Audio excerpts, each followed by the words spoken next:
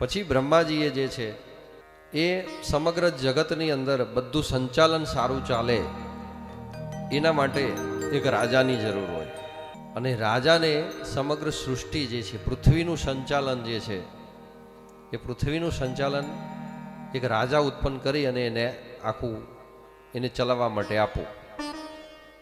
એટલે એમને પોતાનું જે શરીર હતું, શરીરના જમણા ભાગની અંદરથી પુરુષ ઉત્પન્ન કર્યો અને ડાબા ભાગની અંદરથી સ્ત્રી ઉત્પન્ન કરી. અને એનું જે જોડું બન્યું, એ જે જોડું બન્યું એ મનુ અને શત્રુપાનું બન્યું. અને મનુ અને શત્રુપા ભગવાનની આજ્ઞા લે છે, બ્રહ્માજીને કહે છે કે પરમપિતા બોલો, અમારા માટે શું આજ્ઞા છે? તો તમે પૃથ્વી ઉપર જાઓ અને પૃથ્વીનું આખું રાજ્ય ભોગવો અને પ્રજાનું ખૂબ સારું લાલન પાલન પોષણ કરો. એટલે એમની આજ્ઞા લઈ અને સીધા જે મનુ રાજા છે તો પૃથ્વી ઉપર આવે છે, અને પૃથ્વી ઉપર આવે છે તો પૃથ્વી તો રસાતાળમાં ડૂબેલી છે. એટલે પૃથ્વી રસાતાળમાં ડૂબેલી જોઈ એટલે પાછા મનુ રાજા બ્રહ્માજી પાસે જાય છે, અને બ્રહ્માજીને કહે છે કે ભાઈ પૃથ્વી તો રસાતાળની અંદર ડૂબેલી છે.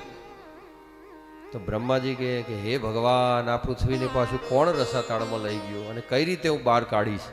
અને એવી રીતે જ્યાં ભગવાનનું સ્મરણ કરે છે તો સ્મરણ માત્રથી જે કહેવાય એમના નાસિકા જે હોય છે, નાસિકાની અંદરથી વરાહ ભગવાનનું પ્રાગટ્ય થાય છે.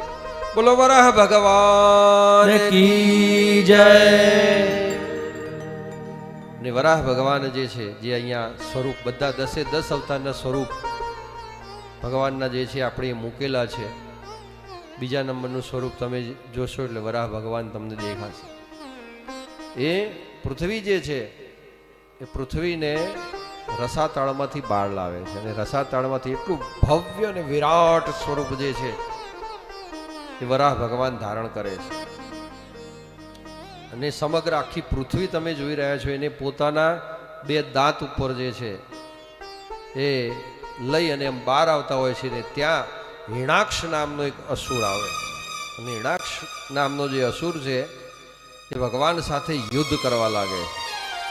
પણ ભગવાન પોતાના જમણા હાથથી એક થપાટ જ્યાં હિરણાક્ષને મારે છે ત્યાં તો હિરણાક્ષ ત્યાં ને ત્યાં મૃત્યુ પામે. બોલો શ્રી કૃષ્ણ કનૈયા લાલ કી જય.